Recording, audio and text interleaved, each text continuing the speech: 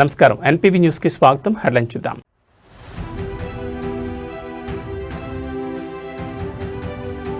Ali Khamenei మృతి వార్తలతో ప్రపంచం షేక్. భారత్లో మతపరమైన అల్లర్లు జరగకుండా నిఘా నీడ.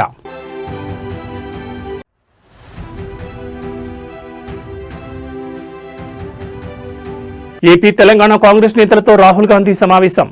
డీసీసీ అధ్యక్షుల శిక్షణ శిబిరంలో పాల్గొని దిశానిర్దేశం.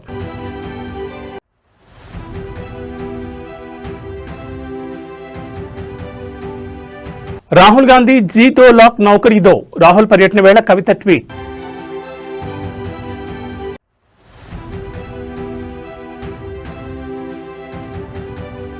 దుబాయ్లో మంత్రి తుమ్మల నాగేశ్వరరావు. యుద్ధ మేఘాల మధ్య నిలిచిపోయిన ప్రయాణం. ఇక వివరాలు చూస్తే దేశంలో హై అలర్ట్ ప్రకటించింది కేంద్ర హోంశాఖ. పశ్చిమ ఆసియాలో యుద్ధం చిచ్చు రేపుతోంది. అమెరికా ఇజ్రాయెల్ జరిపిన దాడుల్లో Iran supreme leader Ali Khamenei మరణించారన్న వార్తలు ప్రపంచవ్యాప్తంగా పెను సంచలనం సృష్టిస్తున్నాయి. ఈ పరిణామాల ప్రభావం భారత్పై పడకుండా కేంద్ర ప్రభుత్వం అన్ని రాష్ట్రాలను అప్రమత్తం చేసింది. ముఖ్యంగా మతపరమైన అల్లర్లు జరిగే అవకాశం ఉందన్న నిఘా వర్గాల హెచ్చరికలతో గాలిలో యుద్ధ ప్రాతిపదికన భద్రతా చర్యలు చేపట్టారు. ఇరాన్ అనుకూల రాడికల్ బోధకులు ప్రార్థనా స్థలాల్లో లేదా బహిరంగ సభల్లో రెచ్చగొట్టే ప్రసంగాలు చేసే అవకాశం ఉందని, అటువంటి వారిపై నిశిత నిఘా ఉంచాలని ఆదేశించింది. మతపరమైన ప్రార్థనా స్థలాలు, సున్నితమైన ప్రాంతాల్లో అదనపు బలగాలను మోహరించాలని స్పష్టం చేసింది. కేంద్ర రాష్ట్ర గూఢచార విభాగాల మధ్య సమన్వయాన్ని పెంచి ఎప్పటికప్పుడు సమాచారాన్ని పంచుకోవాలని సూచించింది. యుద్ధ వాతావరణాన్ని సాగుగా చూపి శాంతి భద్రతలకు విఘాతం కలిగించే శక్తులపై ఉక్కుపాదం మోపాలని ఆదేశించింది. పశ్చిమాసియాలో జరుగుతున్న ఈ పరిణామాలు భారత్లోని కొన్ని వర్గాలు ఆవేశాలకు దారితీయొచ్చు. భావోద్వేగాలను రెచ్చగొట్టి మతపరమైన చిచ్చు పెట్టేందుకు దేశ వ్యతిరేక శక్తులు ప్రయత్నించే ప్రమాదం ఉంది.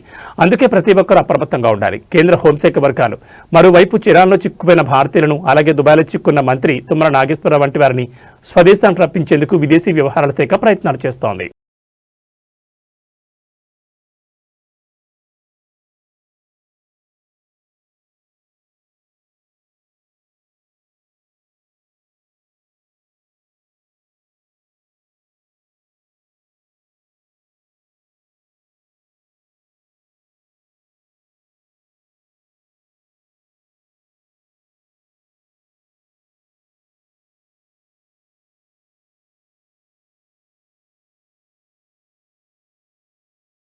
లోక్సభ ప్రతిపక్ష నేత కాంగ్రెస్ సీనియర్ నాయకులు రాహుల్ గాంధీ ఇవాళ తెలంగాణలో పర్యటించారు. తెలంగాణ, ఏపీ కాంగ్రెస్ పార్టీల రాజకీయ వ్యవహారాల కమిటీల సంయుక్త సమావేశంలో ఆయన పాల్గొన్నారు. వికారాబాద్లోని ఎస్ఏపీ ఆర్ట్స్ అండ్ సైన్స్ కాలేజీలో ఈ సమావేశం జరిగింది. పార్టీ సంస్థాగత బలోపేతం, ముఖ్యంగా తెలంగాణలో జరగనున్న రాజ్యసభ ఎన్నికలపై ఈ పర్యటనలో ప్రధానంగా చర్చలు జరిగాయి. ఇవాళ ఉదయం ఏఐసీసీ ప్రధాన కార్యదర్శి కేసీ వేణుగోపాల్తో కలిసి శంషాబాద్లోని రాజీవ్ గాంధీ అంతర్జాతీయ విమానాశ్రయానికి చేరుకున్న రాహుల్ గాంధీకి సీఎం రేవంత్ రెడ్డి ఘన స్వాగతం పలికారు. అక్కడి నుంచి సీఎం రేవంత్తో కలిసి ఆయన వికారాబాద్ బయలుదేరారు. వికారాబాద్లో ఉప ముఖ్యమంత్రి మల్లు భట్టి విక్రమార్క, టీపీసీసీ అధ్యక్షుడు మహేష్ కుమార్ గౌడ్, ఏపీసీసీ అధ్యక్షురాలు వైఎస్ షర్మిల రాహుల్కు స్వాగతం పలికారు. పీఎస్సీ సమావేశం అనంతరం రాహుల్ గాంధీ అనంతగిరి హిల్స్లోని హరిత రిసార్ట్కు వెళ్లారు. అక్కడ తెలంగాణ, ఏపీకి చెందిన నూతన డీసీసీ అధ్యక్షుల కోసం ఏర్పాటు చేసిన 10 రోజుల శిక్షణ శిబిరం ముగింపు కార్యక్రమంలో పాల్గొన్నారు. క్షేత్రస్థాయిలో పార్టీని బలోపేతం చేసే లక్ష్యంతో ఈ శిబిరాన్ని నిర్వహించారు. ఈ సందర్భంగా డీసీసీ అధ్యక్షులను ఉద్దేశించి రాహుల్ ప్రసంగించి పార్టీని బలోపేతం చేయడానికి సమర్థవంతంగా పనిచేయాలని దిశానిర్దేశం చేశారు. ఈ పర్యటనలో భాగంగా తెలంగాణలో ఖాళీ అవుతున్న 2 రాజ్యసభ స్థానాల ఎన్నికలపై రాహుల్ గాంధీ రాష్ట్ర నాయకత్వంతో చర్చించారు. ఈ నెల 16న ఎన్నికలు జరగనుండగా నామినేషన్ల దాఖలకు 5 చివరి తేదీ. కాంగ్రెస్ సీనియర్ నేతలు శ్యామ్ మోహన్ అనంతుల, సీఎం సలహాదారు వేం నరేందర్ రెడ్డి, వి హనుమంతరావు, ప్రణాళికా సంఘం చైర్మన్ జి చిన్నారెడ్డి, మాజీ ఎంపీ మధు యాష్కి గౌడ్, రైతు సంక్షేమ కమిషన్ చైర్మన్ ఎం కోదండరెడ్డి తదితరులు రాజ్యసభ టికెట్లను ఆశిస్తున్నారు.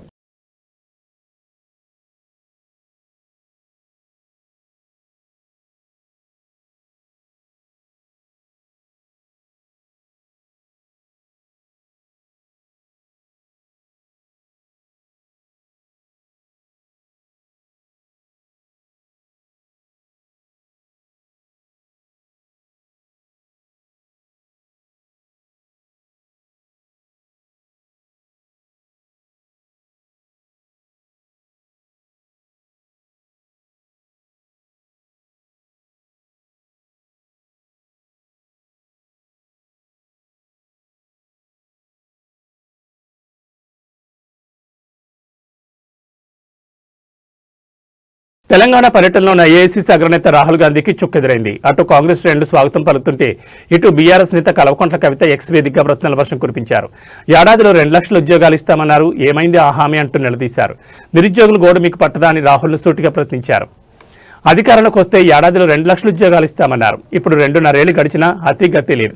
కాంగ్రెస్ గద్దెనెక్కడానికి నిచ్చెన మెట్లుగా నిలిచిన నిరుద్యోగుల ఆస్తులను చిరిమేశారు. ఉద్యోగాలు అడిగితే పోలీసులతో లాఠీచార్జీలు చేయిస్తూ అణచివేతకు పాల్పడుతున్నారు. మీరు ప్రకటించిన యూత్ డిక్లరేషన్ ఒక బోగస్. జాబ్ క్యాలెండర్ అడ్రస్ లేకుండా పోయింది. ఇచ్చిన మాట తప్పడం కాంగ్రెస్ నైజమని కవిత దుయ్యబట్టారు. రాహుల్జీ, ఇది పోరాటాల పురిటిగడ్డ. మాట తప్పకండి. వెంటనే 2 లక్షల ఉద్యోగాలు భర్తీ హామీని అమలు చేయించండి.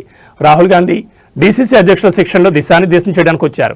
అయితే బయట కవిత లేవనెత్తిన ఈ నిరుద్యోగ అంశంపై కాంగ్రెస్ నేతలు ఎలా స్పందిస్తారో చూడాలి. మరి ఇది కేవలం పొలిటికల్ ఆటక లేక నిరుద్యోగుల తరపున గళమా అనేది చర్చనీయాంశంగా మారింది.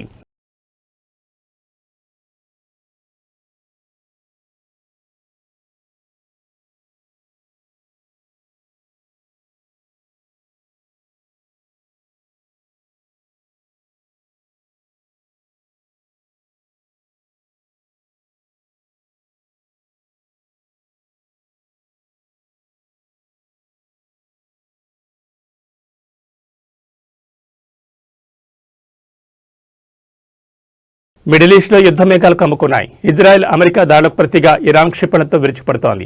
ఈ రణరంగం మధ్య తెలంగాణ వ్యవసాయ శాఖ మంత్రి తుమ్మల నాగేశ్వరరావు దుబాయ్లో చిక్కుపోయారు. తన కుటుంబ సభ్యుడి వైద్య చికిత్స కోసం వెళ్లిన మంత్రి అక్కడ యుద్ధం తీవ్రరూపం దాల్చడంతో స్వదేశానికి తిరిగి రాలేకపోతున్నారు. గత 5 రోజుల క్రితం తుమ్మల నాగేశ్వరరావు తన కుటుంబ సభ్యుల్లో ఒకరికి అకస్మాత్తుగా అనారోగ్యం కలగడంతో మెరుగైన చికిత్స కోసం దుబాయ్ వెళ్లారు. చికిత్స పూర్తయ్యాక తిరిగి రావాలని ప్లాన్ చేసుకున్న తరుణంలో ఇరాన్ ఇజ్రాయెల్ యుద్ధం ముదిరింది. అరబ్ దేశాలు తమ గగనతనాలను మూసివేయడంతో పాటు విమాన సర్వీసులను రద్దు చేశాయి. దీంతో మంత్రి ప్రయాణానికి బ్రేక్ పడింది. మంత్రి తుమ్మల నాగేశ్వరరావు దుబాయ్లో చిక్కున్న విషయంపై ప్రభుత్వం నిశ్చితంగా గమనిస్తోంది. విదేశీ వ్యవహారాల శాఖతో సంప్రదింపులు జరిపి ఆయన్ను క్షేమంగా తీసుకొచ్చేందుకు ప్రయత్నాలు జరుగుతున్నాయి. యుద్ధ తీవ్రత తగ్గగానే ఆయన తిరిగి వచ్చే అవకాశం ఉంది. యుద్ధం ఎప్పుడు శాంతిస్తుందో, విమాన సర్వీసులు ఎప్పుడు పునరుద్ధరించబడతాయో తెలియని పరిస్థితి నెలకొంది. మంత్రి తుమ్మల సురక్షితంగా తిరిగి రావాలని ఆయన అనుచరులు, పార్టీ శ్రేణులు కోరుకుంటున్నారు. అక్కడొకళ్ళు చచ్చిపోయినటువంటి పార్టీని బతికియాలనో, పోయిన అధికారాన్ని సాధించాలనో కొంతమంది ప్రయత్నం చేయొచ్చు, విఫల ప్రయత్నం. కానీ రైతులతోటి కాదు మీ ప్రయత్నం. కేంద్రంతో దెబ్బలాడండి. మీరు రేపు ఓట్లు ఎవరికేస్తారో కూడా మాకు తెలుసు. మరి వాళ్ళ దగ్గర నుంచి తీసుకురండి 2 లక్షలు. కాబట్టి దయచేసి అతి మాటలో, అహంకారపూరిత మాటలు, అబద్ధపు మాటలు మాట్లాడి రాజకీయ పార్టీల యొక్క పరువును తీసుకోవద్దు, మీ యొక్క మిగిలిపోయిన ఉనికిని చంపుకోవద్దు. కాబట్టి దయచేసి మీరు ఎన్ని ఇబ్బందులు పెట్టినా, ఎన్ని కష్టాలు పెట్టినా, రాజకీయ పరంగా తెలంగాణ ప్రభుత్వాన్ని సాధించాలని మీరు అనుకున్నా, ఏదో వంకతోటి మోటార్లు ఆన్ చేయకపోతే ఒకడు వెళ్ళి నేను నొక్కుతున్నట్టు, యూరియా ఇవ్వకపోతే నేను వెళ్ళి పగలగొడుతున్నట్టు, అక్కడ పంపుల ఆపరేటర్ ఉంటాడు, ఆడ ఆన్ చేస్తాడు. దానికి మాన్యువల్ ఉంటుంది. దాని ప్రకారంగా వాళ్ళు ఆపరేట్ చేస్తారు. గేట్లు ఎత్తేది ఆ ప్రాజెక్ట్కి ఏ లెవెల్ వస్తే గేట్లు ఎత్తాలో అక్కడ ప్రాజెక్ట్ అధికారులు ఉంటారు, వాళ్ళు ఎత్తుతారు. కానీ ఓడిపోయిన వాళ్ళు నేను నొక్కుతా అంటే ప్రజలు అపహాస్యం చేసుకుంటున్నారు. మీ యొక్క ఆతృత ఏంటంటే 2 సంవత్సరాలకి ఇంత కంగారు పడి, ఎంత ఆతృత పడి, ఎంత ఆరాటపడి అధికారం కావాలనుకుంటే ఎండమామలను చూసి మీరు నీళ్లు అనుకొని ఉరుకులు పరుగులు తీసినట్టు ఉంటుంది. కాబట్టి ఆ 2 పార్టీలకు విజ్ఞప్తి చేస్తున్నా, ఆరాట పడితే అధికారం రాదు, లేకపోతే అబద్ధాలు ఆడితే అధికారం రాదు, లేకపోతే అనుకోని పనులు నేనే చేస్తానంటే నీకు అసలు హక్కే లేదు. మిమ్మల్ని కాదనే మీ నొక్కుడు చూసే, మీ తోపుడు చూసే, మీ పంపకం చూసే మిమ్మల్ని ఎక్కడ కూర్చోబెట్టాలో అక్కడ కూర్చోబెట్టారు కదా. ఓపిక ఉండాలి. ఆ పాత్ర ఎట్లా నిర్వహించాలో అట్లా నిర్వహించండి. అధికార పార్టీ, అధికారంలోకి వచ్చిన పార్టీకి మేమేం చేయాలో మాకు ఒక మాన్యువల్ ఉంటుంది, మాకు ఒక పద్ధతి ఉంటుంది. మేము ఏ రకంగా ఒత్తిడి చేయాలా, ఏ రకంగా సాధించుకోవాలా, అధికార పార్టీ ప్రభుత్వం యొక్క లక్ష్యం మేము నెరవేర్స్తాం. కానీ ప్రతిపక్ష పార్టీలో ఉండి మేము అధికారం మాత్రం చలాయిస్తామంటే నిన్నెవడు చలాయిస్తాడు? ప్రజలు ఏమైనా పిచ్చోళ్ళా? వాళ్ళు తెలివి కల్లోళ్ళు కాబట్టి నిన్ను ఎక్కడ పెట్టాలో అక్కడ పెడితే, నేను గేట్లు ఎత్తుతా, నేను మీటర్లు నొక్కుతా, నువ్వు యూరియా అమ్మకపోతులలోనే అబద్ధాలు చెప్పి, అసత్యాలు చెప్పి ఆ పార్టీని బాగు చేయాలనుకుంటే నీ తరం కాదు, నీ వల్ల కాదు. రైతుల్లో భారతీయ జనతా పార్టీ పేరు తెచ్చుకొని దాని ద్వారా రాజ్యాంగంలోకి రావాలంటే అది అంతకంటే సాధ్యం కాదు రామచంద్రరావు గారు. కాబట్టి దయచేసి వాస్తవాన్ని ఒప్పుకో. పిచ్చి పిచ్చి మాటలో, లేకపోతే తెలియని మాటలో, రైతాంగాన్ని అయోమయం చేసే మాటలో నువ్వేదో ఇచ్చినట్టు మేమేదో దాచుకున్నట్టు. యూరియా దాచుకొని ఏం చేస్తారు రామచంద్రరావు? ఇది ఏమైనా పంచదార కనీసం తినటానికి? కనీసం సోయి లేకుండా ఎట్ట మాట్లాడతావు నువ్వు పొద్దాక? రైతు ముఖ్యం, రైతు బతకాల. చక్కగా వర్షాలు పడ్డాయి, ఈ కష్టం వచ్చిందండి, ఈ దేశాలలో యుద్ధం జరుగుతుంటే మేము తెచ్చుకోలేకపోయాం, చైనాలో ఇవ్వలేకపోయింది, దేశీయంగా ఉత్పత్తి చేయలేకపోయాం, మా చేతగానితనం ఒప్పుకుంటున్నాం, అయినా సరే ఉన్న కాడికి మిమ్మల్ని రక్షిస్తాం, మిమ్మల్ని ప్రొటెక్ట్ చేస్తామనే మాట మాట్లాడకుండా రోజు అబద్ధాలు ఆడితే నీ పరువే పోద్ది, నాకేం పెద్ద నష్టం లేదు. శ్రీకాకుళం జిల్లాలో అవినీతి అధికారుల భారతం పట్టేందుకు ఏసీబీ అధికారులు రంగంలో దిగారు. తాజాగా Sompeta assistant BC welfare officer గడ్డి బాలముకుందరావు లక్ష్యంగా అధికారులు భారీ సోదాలు నిర్వహించారు. సోంపేట డివిజన్ పరిధిలోని బీసీ సంక్షేమ హాస్టల్కు సంబంధించిన డైట్ ఛార్జీల బిల్లుల మంజూరు కోసం బాలముకుందరావు లంచం డిమాండ్ చేసినట్లుగా పెద్ద ఎత్తున ఆరోపణలు, ఫిర్యాదులు అందాయి. ఈ క్రమంలోనే బాలముకుందరావు నివాసంతో పాటు పలు చోట్ల ఏసీబీ అధికారులు క్షుణ్ణంగా తనిఖీలు చేపడుతున్నారు. ఈ సోదాలకు సంబంధించి మరిన్ని వివరాలు ఇంకా తెలియాల్సి ఉంది.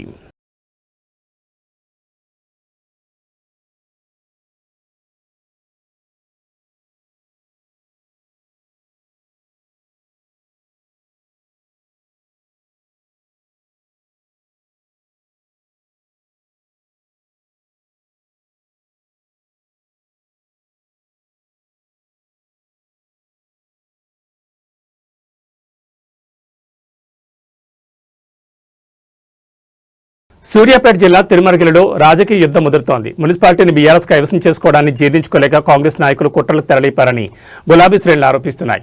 అర్ధరాత్రి పూట మున్సిపల్ సిబ్బంది సహాయంతో బీఆర్ఎస్ పార్టీ ఫ్లెక్సీలను పోలీసులు తొలగించడం ఇప్పుడు తీవ్ర ఉద్రిక్తతకు దారితీసింది. దీనిపై ప్రశ్నించిన తమ నేతలను పోలీసులు దుర్భషలాడారని బీఆర్ఎస్ మండిపడుతోంది. తిరుమలగిరి మున్సిపాలిటీలో బీఆర్ఎస్ విజయోత్సవ ఫ్లెక్సీలను, పార్టీ జెండాలను పోలీసులు, మున్సిపల్ సిబ్బంది కలిసి అర్ధరాత్రి వేళ తొలగించారు. నిబంధనలకు విరుద్ధంగా ఫ్లెక్సీలు ఎలా తొలగిస్తారని ప్రశ్నించిన బీఆర్ఎస్ నాయకులపై స్థానిక ఎస్ఐ సైదులు దుర్భషలాడారు. అసభ్య పదజాలంతో విరుచుకుపడ్డారని బాధితులు ఆవేదన వ్యక్తం చేస్తున్నారు. మున్సిపాలిటీలో బీఆర్ఎస్ జెండా ఎగరడం ఓర్వలేక అధికార పార్టీ ఒత్తిడితోనే పోలీసులు ఈ విధంగా ఓవరేషన్ చేస్తున్నారని బీఆర్ఎస్ నేతలు ఆగ్రహం వ్యక్తం చేస్తున్నారు.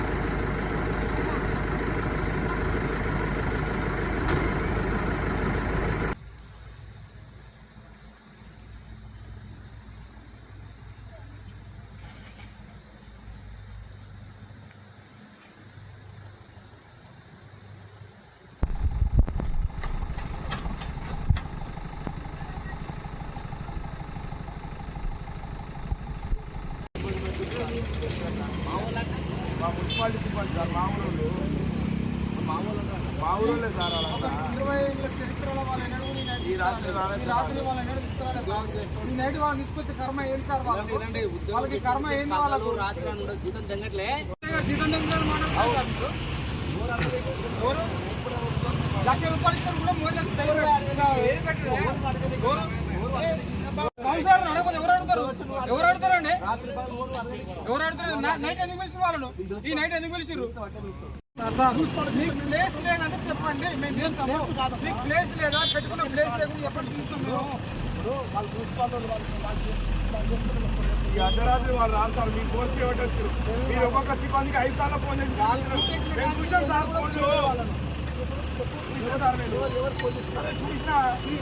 మీరు రాకముందు అందుకేగా ఈ రాత్రి పూట ఇవ్వాలా? ఈ రాత్రి పూట ఫ్లెక్సీలు మొత్తం మా టీఆర్ఎస్ ఫ్లెక్సీలు అన్ని ఇవ్వాలా, మా మున్సిపల్ చైర్మన్ ఫ్లెక్సీలు అన్ని ఇవ్వాలి, ఇవి కట్టాలి, అంతే కదా? అది విషయం. Right right okay.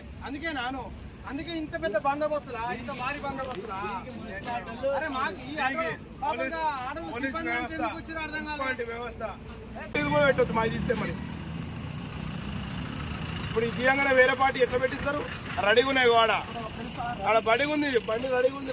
మరి తీయద్దు, మన ఏదుందో మాకుండా వాళ్ళకి ప్లేస్ లేదంటే కాదు సార్.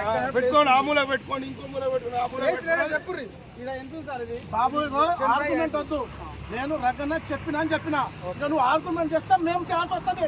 మాకు లోడ్ ఉంది, మాకు అన్ని ఉన్నాయి. నేను మంచితనంగా చెప్తున్నా, కొట్టావు చట్ట ప్రకారం చేస్తావు. నేను ఒక పెద్ద మంచి చెప్పినా నువ్వు మాట్లాడని చెప్పు. నీకు అన్ని పెట్టాలని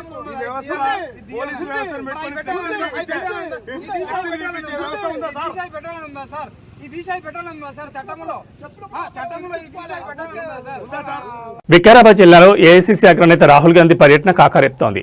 ఒకవైపు రాజకీయ కోలాహలం కనిపిస్తుంటే మరోవైపు పోలీసుల ఆంక్షలు సామాన్య ప్రజలను ఉక్కిరిబిక్కిరి చేస్తున్నాయి. భద్రత పేరుతో పోలీసులు చేస్తున్న అత్యుత్సాహం రోగులను, విద్యార్థులను నరకయాతనకు గురిచేస్తోంది. అనంతగిరి హరిత రిసార్ట్ కు రాహుల్ గాంధీ వెళ్లే మార్గంలోనే ప్రభుత్వ ఆసుపత్రి ఉంది. అయితే భద్రతా కారణాల దృష్ట్యా ఆసుపత్రికి వెళ్లే రోగులను, అంబులెన్స్లను కూడా పోలీసులు అడ్డుకుంటున్నారు.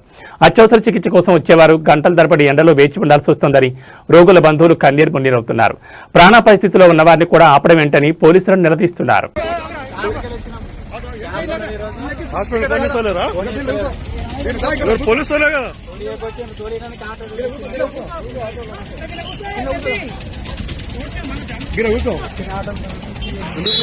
రాణిస్తలేరా పోలీసు వాళ్ళు? రాణిస్తలేరా ఇక్కడ ఆటోలో ఇట్లా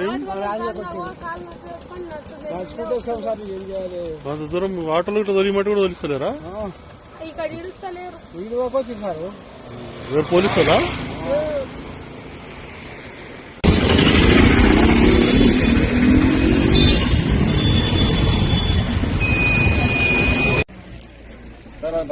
మనం పెట్టుకోలేదు సార్ బ్యాకప్ వచ్చిన వేరే విషయం.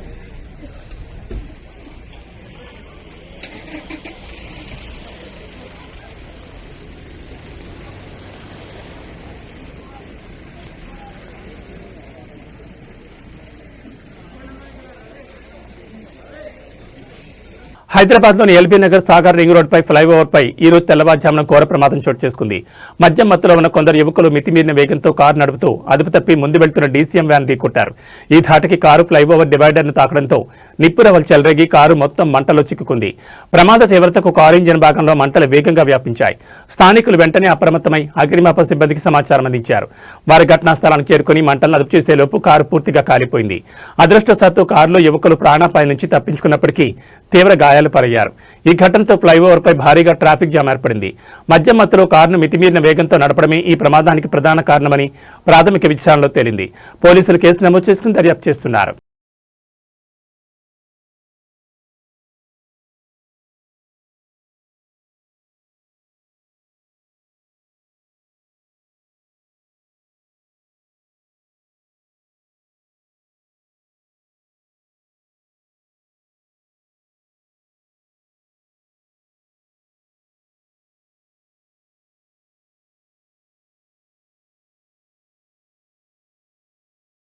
రేపు ఏర్పడనున్న పాక్షిక చంద్రగ్రహణం ప్రభావంతో తెలుగు రాష్ట్రాల్లోని ప్రధాన ఆలయాలు మూతపడనున్నాయి. ఖగోళ శాస్త్రం, హిందూ ధర్మశాస్త్రం ప్రకారం గ్రహణ సమయంలో ఆలయాలను మూసివేసి గ్రహణానంతరం సంప్రోక్షణ, శుద్ధి కార్యక్రమాలు నిర్వహించడం ఆనవాయితీగా వస్తోంది. ఈ నేపథ్యంలో తిరుమల తిరుపతి దేవస్థానం సహా ప్రముఖ పుణ్యక్షేత్రాలైన శ్రీశైలం, విజయవాడ కనకదుర్గమ్మ ఆలయం, యాదగిరిగుట్ట మరియు వేములవాడ రాజన్న దేవాలయాల అధికారులు ఇప్పటికే కీలక ప్రకటనలు విడుదల చేశారు. గ్రహణం ప్రారంభానికి కొన్ని గంటల ముందే ఆలయ గర్భాలయ ద్వారాలు మూసివేస్తున్నట్లు, ఆ సమయంలో భక్తులకు దర్శనాలు సహా అన్ని రకాల కైంకర్యాలు నిలిపివేస్తున్నట్లు అధికారులు స్పష్టం చేశారు. రేపు మధ్యాహ్నం నుంచే ఈ ప్రభావం మొదలు కానుండడంతో భక్తులు తమ పర్యటనలను తదనుగుణంగా మార్చుకోవాలని ఆలయ కమిటీలు విజ్ఞప్తి చేస్తున్నాయి. తిరుమలలో గ్రహణం కారణంగా అన్నప్రసాద వితరణ, సర్వదర్శనంలో మార్పులు ఉండనున్నాయి. గ్రహణం ముగిసిన తర్వాత ఆలయాలను శుద్ధి చేసి పుణ్యాహవాసనం నిర్వహించిన అనంతరం తిరిగి భక్తులను దర్శనాలకు అనుమతించనున్నారు.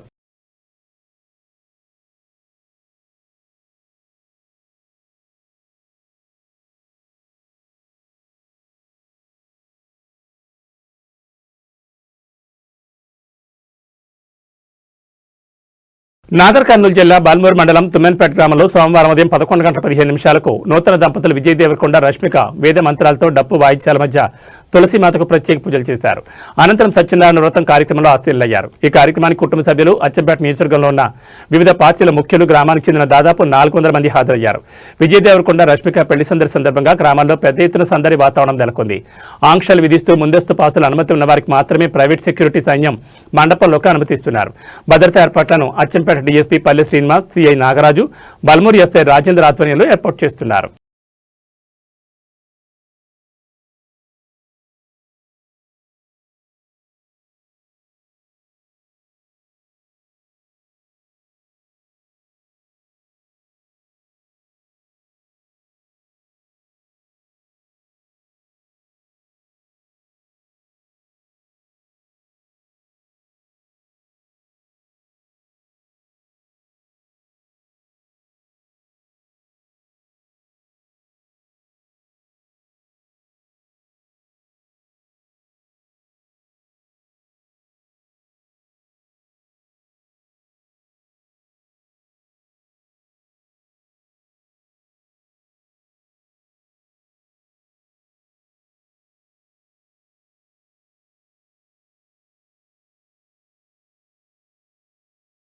టీ20 ప్రపంచ కప్ సూపర్ 8లో భాగంగా వెస్టిండీస్ జట్టుతో జరిగిన మ్యాచ్లో భారత్ అద్భుత విజయాన్ని నమోదు చేసింది.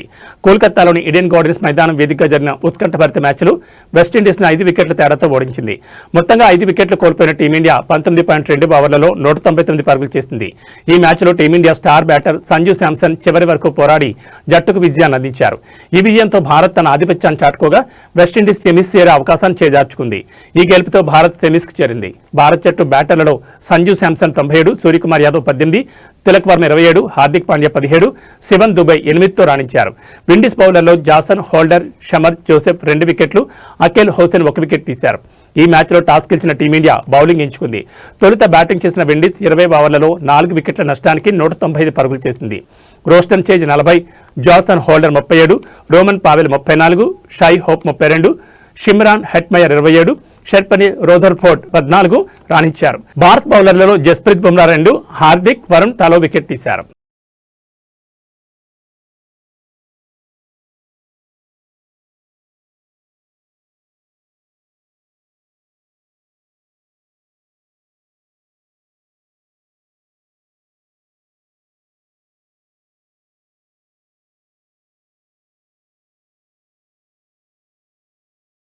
ఈ బులెటిన్ విశేషాలు మరో బులెటిన్లో మళ్ళీ కలుసుకుందాం. నమస్కారం.